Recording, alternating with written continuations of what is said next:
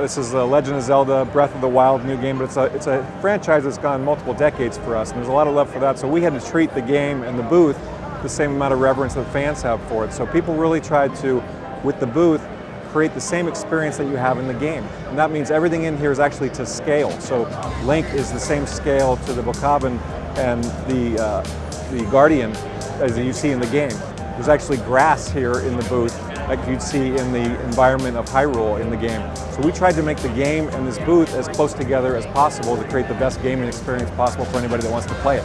The other key difference is this is really, I mean, obviously you're a huge company, have a lot of titles, but this is one booth devoted really to one game. Why did you make that decision to just focus on one thing?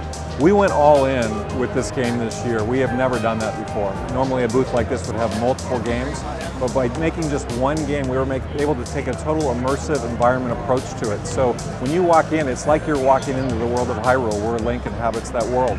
Normally in the world of Zelda, you'd follow a linear path through the game, and it's a good path because the developers do what they think is the best path for you based off what they know about the game and what they want to tell with their story. But with this game, we've actually opened it up. We call it an open-air adventure. So you can literally chart your own way through the game however you want, which is totally new for the Zelda franchise. So people are liking that sense of freedom, and they like that sense of exploration that you get with the game that you never had before. There was some talk early on about Nintendo having some kind of a keynote, in that the other day in the morning. Were you making the decision down to the wire in the lead up to E3? Well, we actually announced about a month ago that it was going to be a Zelda-only show for us, and we also talked about the fact that Treehouse Live would be the primary way that we'd communicate externally to the public.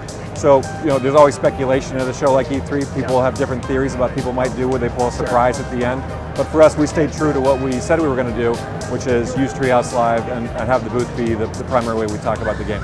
So this shouldn't be seen as what Nintendo's going to be doing moving forward. I mean, there's a chance you might go back to the keynote. There's a chance you might just shake up from year to year your E3 presentation. Exactly. Every year we look at it fresh, and we don't think about, well, we did this last year or the year before, so we got to change it up, or we got to stick to that same formula. It's what do we want to talk about this year? What's the best way to get that information out? So for future years, it could be another kind of execution like we did this time. We could go back to a presentation. We could do a more Treehouse Live. We could do a digital event. We could come up with something completely new. So obviously the big thing at the show is virtual reality. It's everywhere. Certainly Sony and Microsoft, that was a big part of their presentation. Is it something that Nintendo is thinking about at all? We don't have any announcements on the virtual reality front. I think it's good that it's brought a lot of excitement to the show. Yeah. But when it comes to our future plans, there's nothing on the horizon that we're ready to announce when it comes to virtual reality. We tried different technology, but again, it always comes back to what's right for the game. We wouldn't do it just because it's a gimmick. We would do it because we think it enhances gameplay and brings something to the consumer that they weren't getting otherwise. And so that's really our North Star in terms of what we decide, what technology to implement, what to follow, and what to research and develop. Do you regret it all not having gotten into mobile a little bit sooner? We don't. We feel like the time was right to do that. What we're trying to do with mobile is introduce a whole new generation of people to our IP. And they can have a great time playing on their smart device.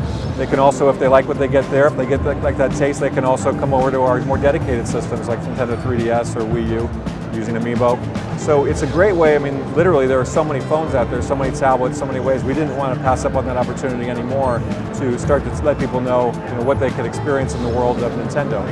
We didn't do it up until the point that we did because we wanted to make sure that we picked the right IP first of all. And one of the things Nintendo always wanted to do too was make sure the control scheme worked for the software.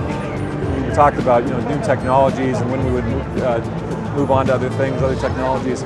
It's all about what brings the game to life the best. And so we picked those franchises that we've announced for mobile because we felt they could be done well on a phone.